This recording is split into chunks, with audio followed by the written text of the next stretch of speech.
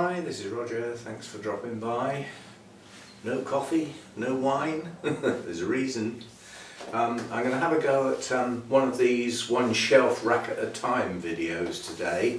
I was going to do some repotting and I thought we've actually done quite a bit of that relatively recently. Now this is a bit of a combination because it's a rack, yes, but because I've moved plants recently from there to there, those are going to be part of this, otherwise they'll get missed because we've already done that one, if you see what I mean. So I'm going to try and remember what all this lot is, and we'll do them a bit at a time.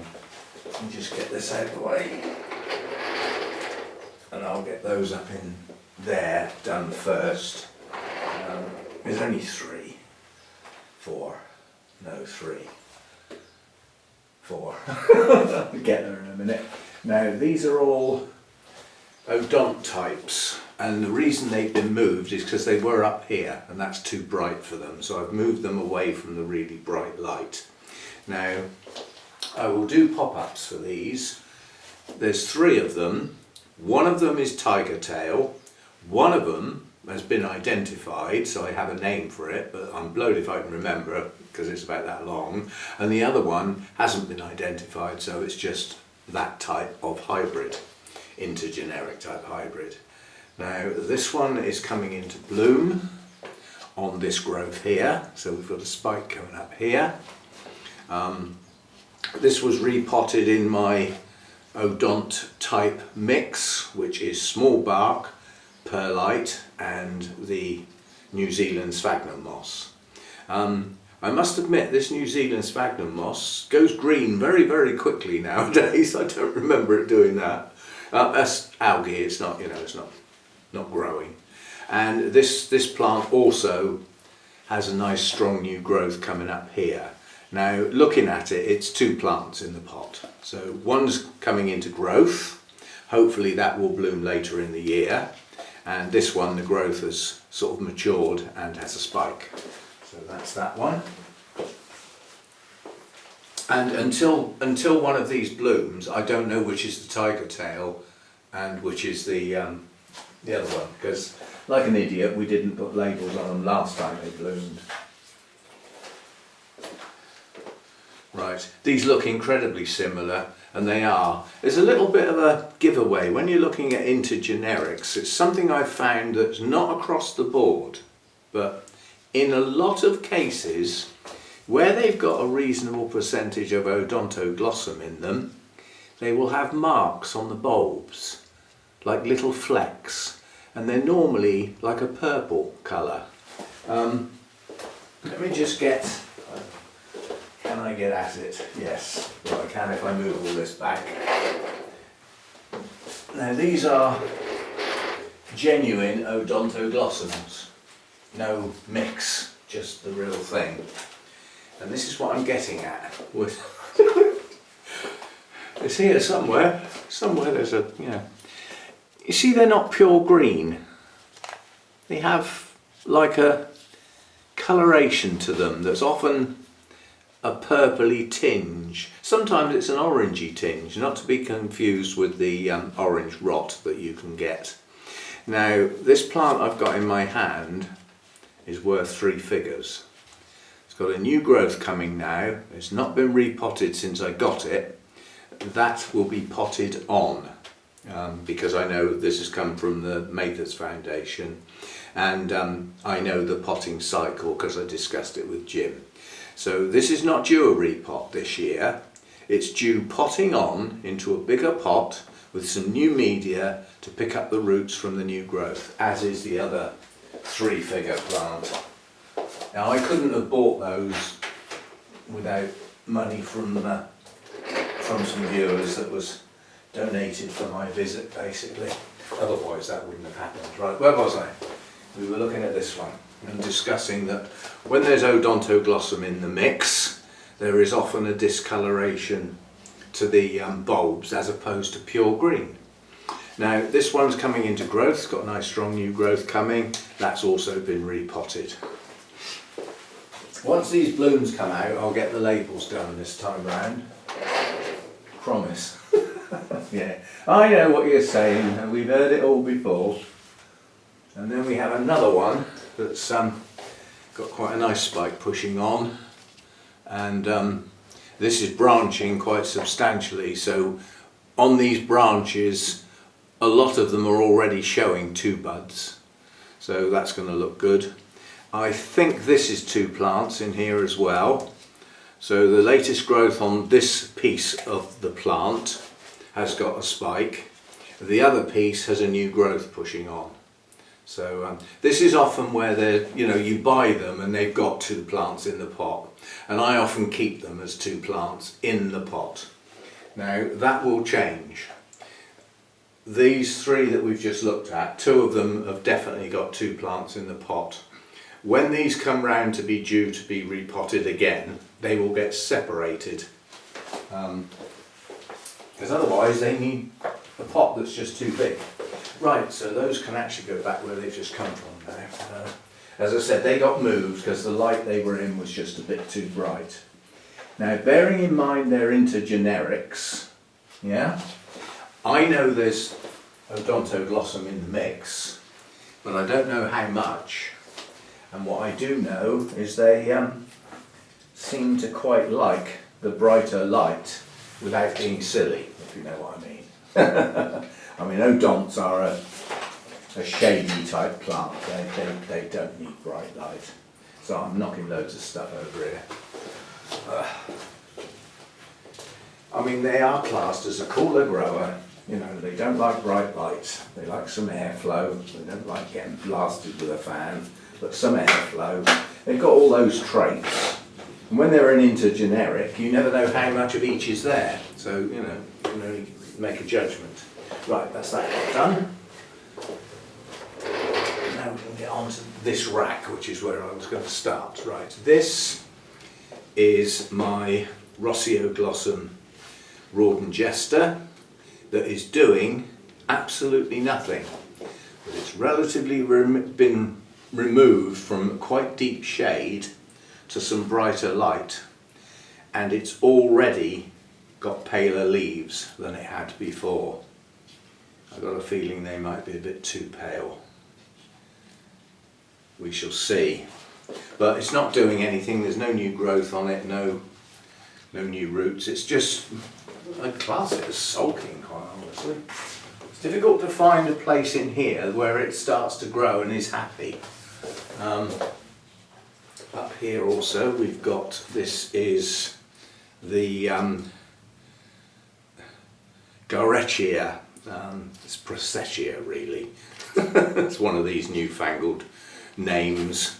Now this produced a sheath. I thought it was going to bloom, but it didn't. It is actually quite a small plant. It does have a nice new growth starting, and it has grown some new roots. So it's sort of pushing on. This is a nice plump bulb, no wrinkles or anything, with a new growth coming out and new roots being produced. So it's going to be okay. I would hope it would bloom on that next new growth. Oh, and that was Black Comet.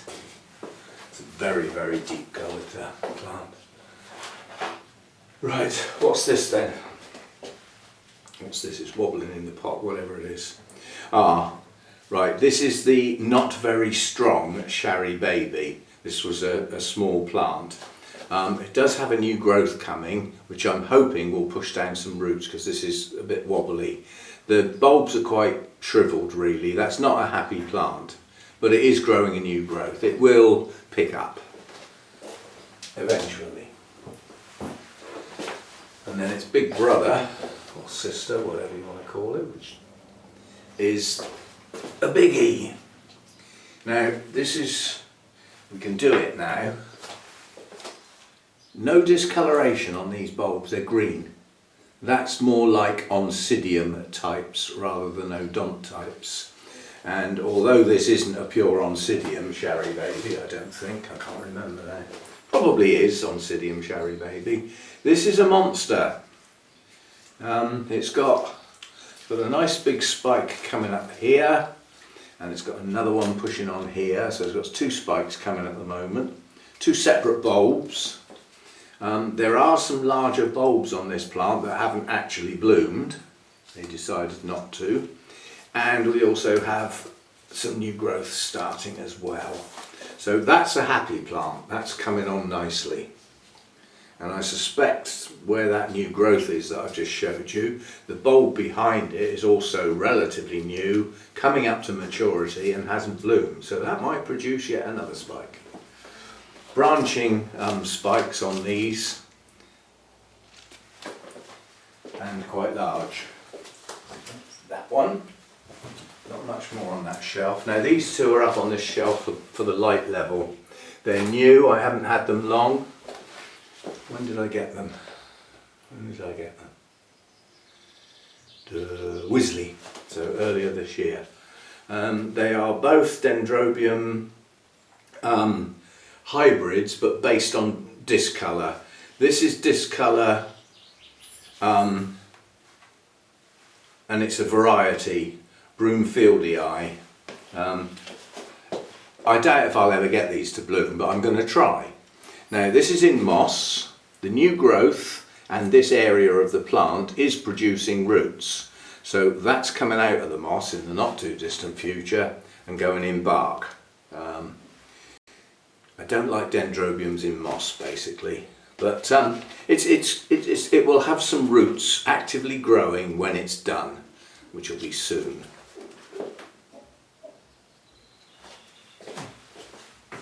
Strange noises. And then this is the other one. This is Dendrobium Jarrac spider crossed with discolour, and Jarrac spider is an antelope type, as is discolour the species. Okay, now this is in one of these open baskets, and that's not very good because these roots are drying up. I can't keep them hydrated. So it's going to have to come out of here and go in some media, but I don't know whether it will come out nicely. It might do. It's in coconut shell, and I will trash those roots if I try and take all that coconut shell off. But the advice I've been given is take a third of it off. Cut a section out of it. Take that bit out, and that will allow some roots to grow into it, and we'll only trash some of the roots, not all of them. As far as this plant is concerned, lovely strong new cane pushing up here. This is the direction of growth. It is growing this way, and right up the back here is another little growth. So it's going to be growing in two directions. It's not two plants. Well, I'd find it highly unlikely if it is. Anyway, these need almost direct sun in the UK to bloom. They're getting the best sun they can get, which is on this high shelf very close to the roof. But I don't think these are big enough to bloom yet. Discolour, in a perfect world, can actually grow several metres tall.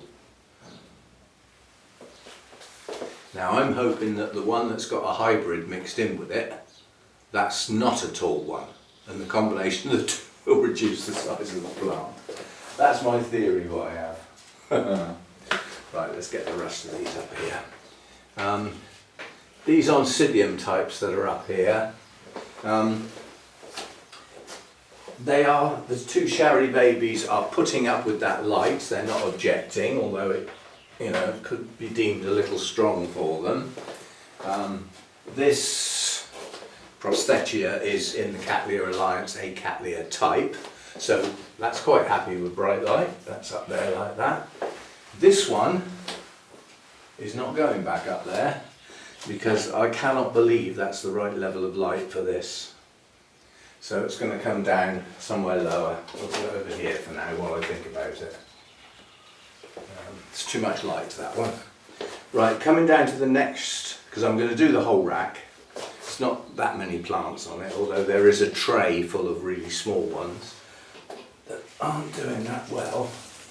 But sat on this shelf at the moment is this Cymbidium that I got relatively recently.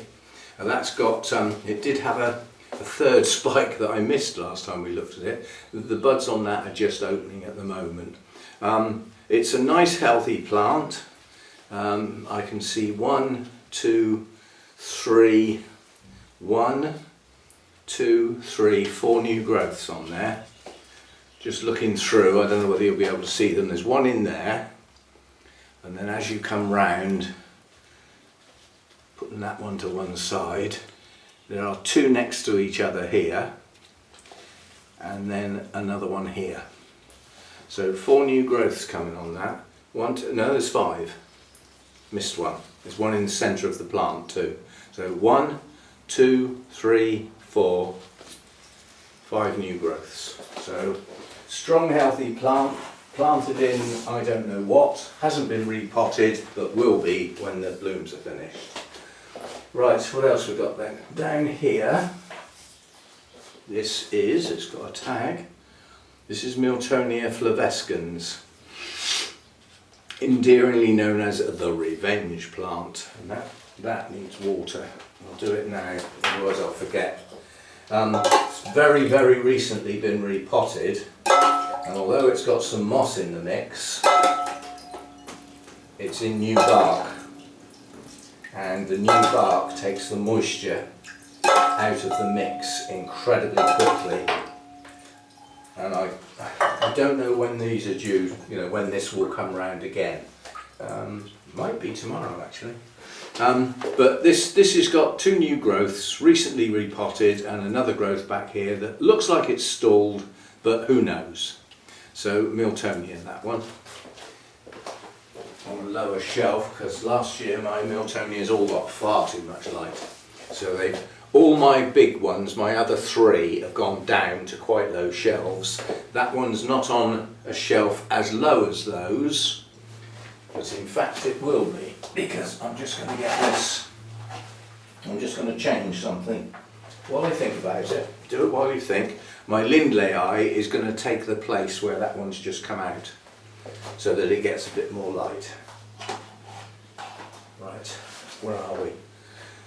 Last one on this shelf, last big one anyway. Now we've got to have a think now. This is Catatanti. It's actually got a tag on it. Duh. It's an Oncostelli classed as.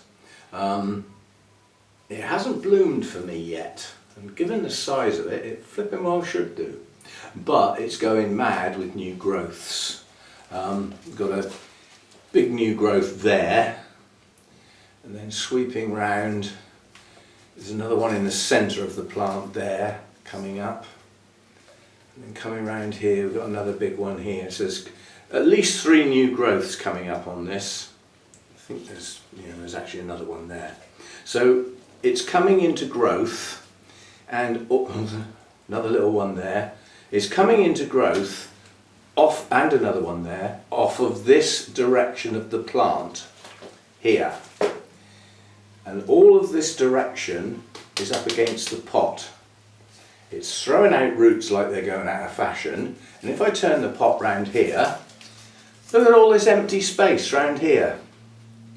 And one old bulb, leafless, using that space. So I'm going to lift this out of the pot, take that bulb off, and then push it right up against the back and put new media down the front. So minimal disturbance, like potting on, but with a little bit of surgery before it goes back in the pot. And that way, hopefully, these new growths and their associated roots will get down into some new media, they'll have space to expand, and if all of those happen to spike at the same time, that'll be a showstopper, because Catatanti blue spikes can be at least 1 metre long, and they branch. I've seen a spike with like 50 blooms on, and they're a gorgeous colour. So that's that one. Some work to do on that.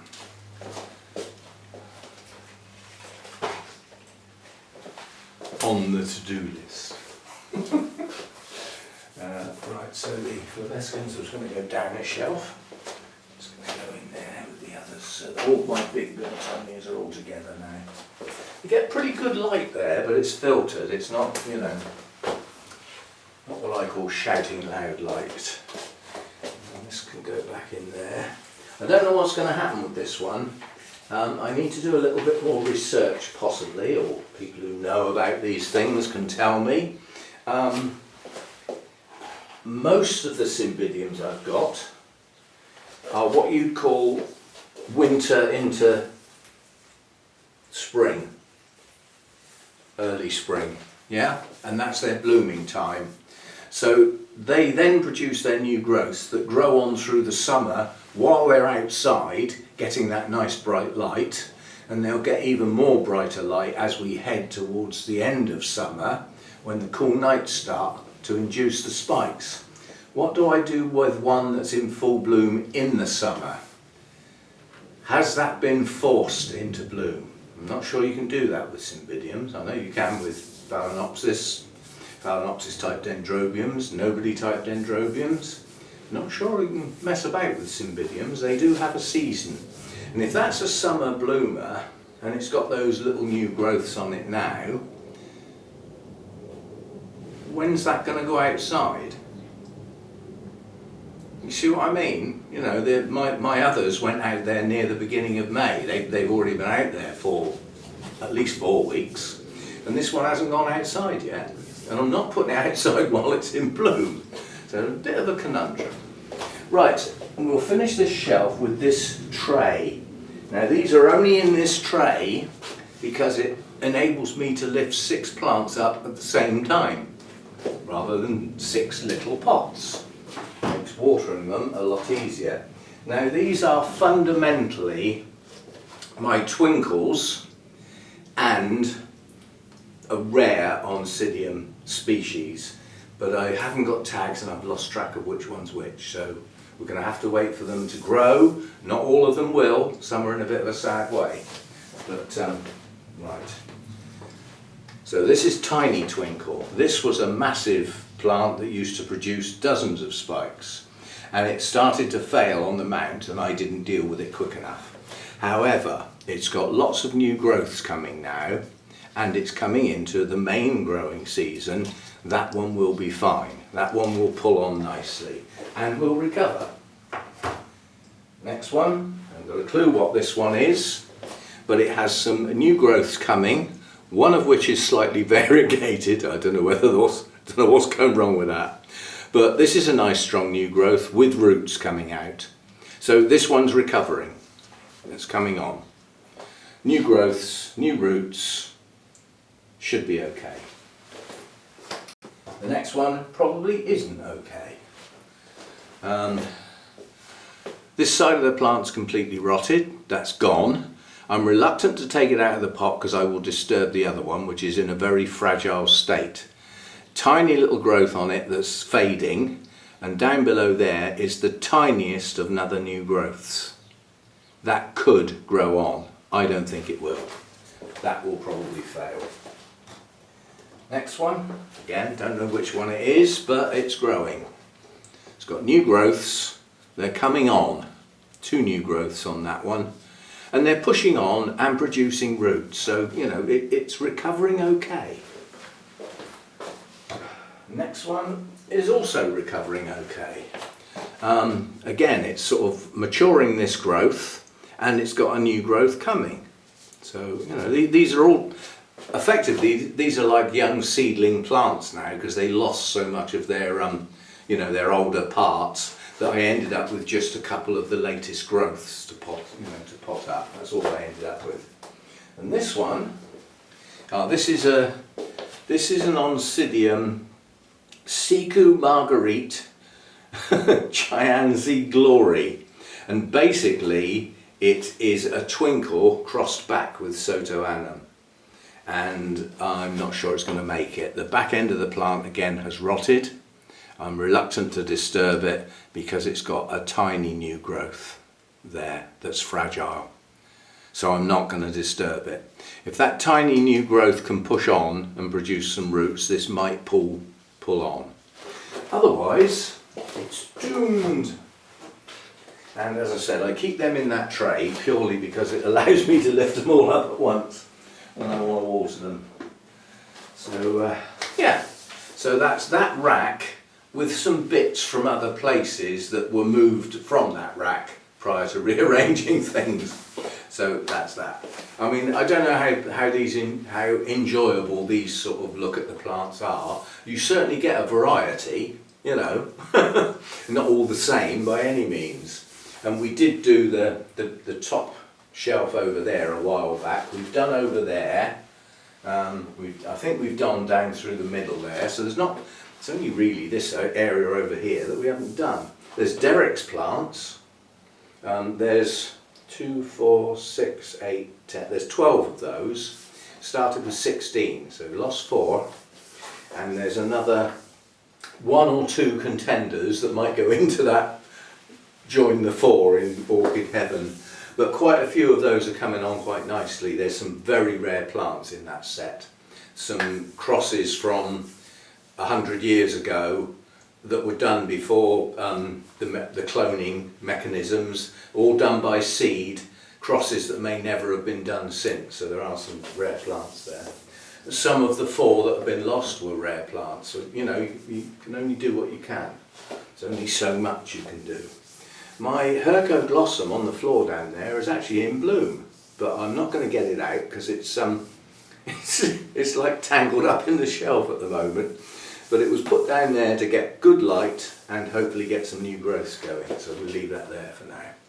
So there we go, a look at some plants. The reason for the camera being back to front, if you know the channel well, you can see why. I'm lit up. The light is coming in from this end.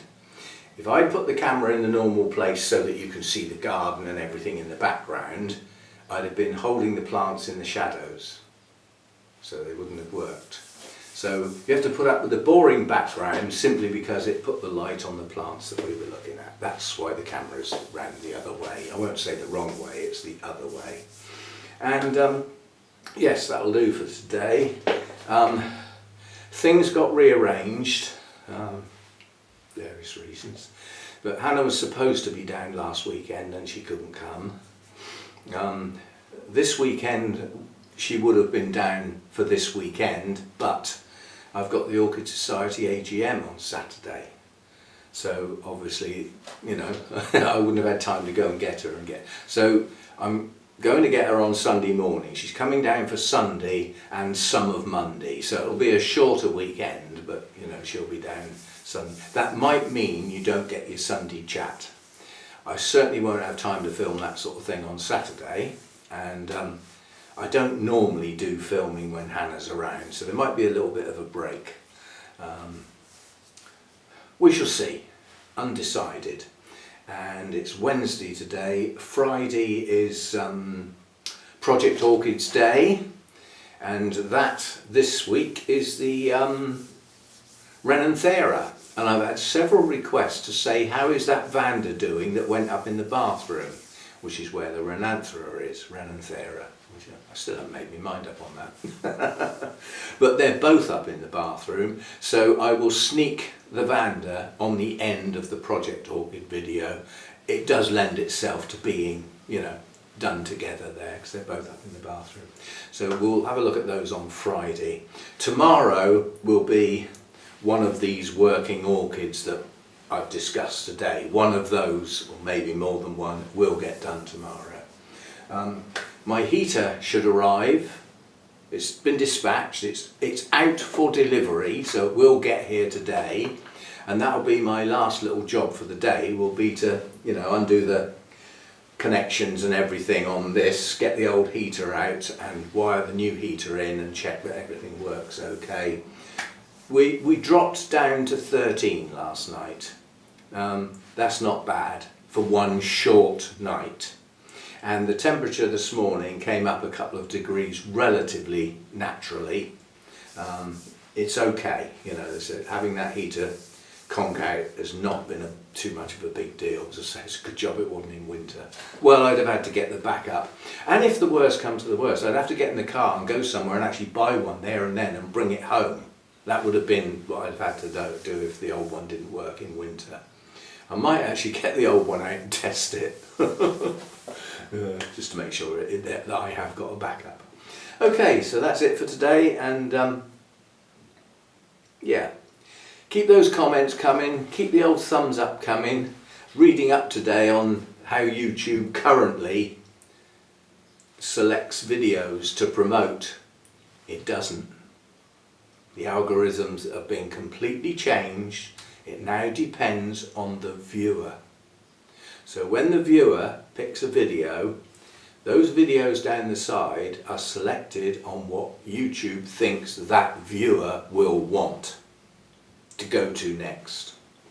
That's a totally different principle, isn't it? So if I wanted to play the algorithm game, what I've got to do now is try and predict what you good people actually want to see next. Well, I don't want you going and looking at other people's videos next. I'd rather you chose one of mine. And if you watch quite a few of my videos, you may well find some of my other videos down the side. But again, it's not a perfect world. If you are a follower of the channel and you tend to watch most of my videos, those ones that come out down the side you will have already seen, won't you? Not a perfect world. But the change in principle is quite important, you know. Anyway, thanks for dropping by. See you again.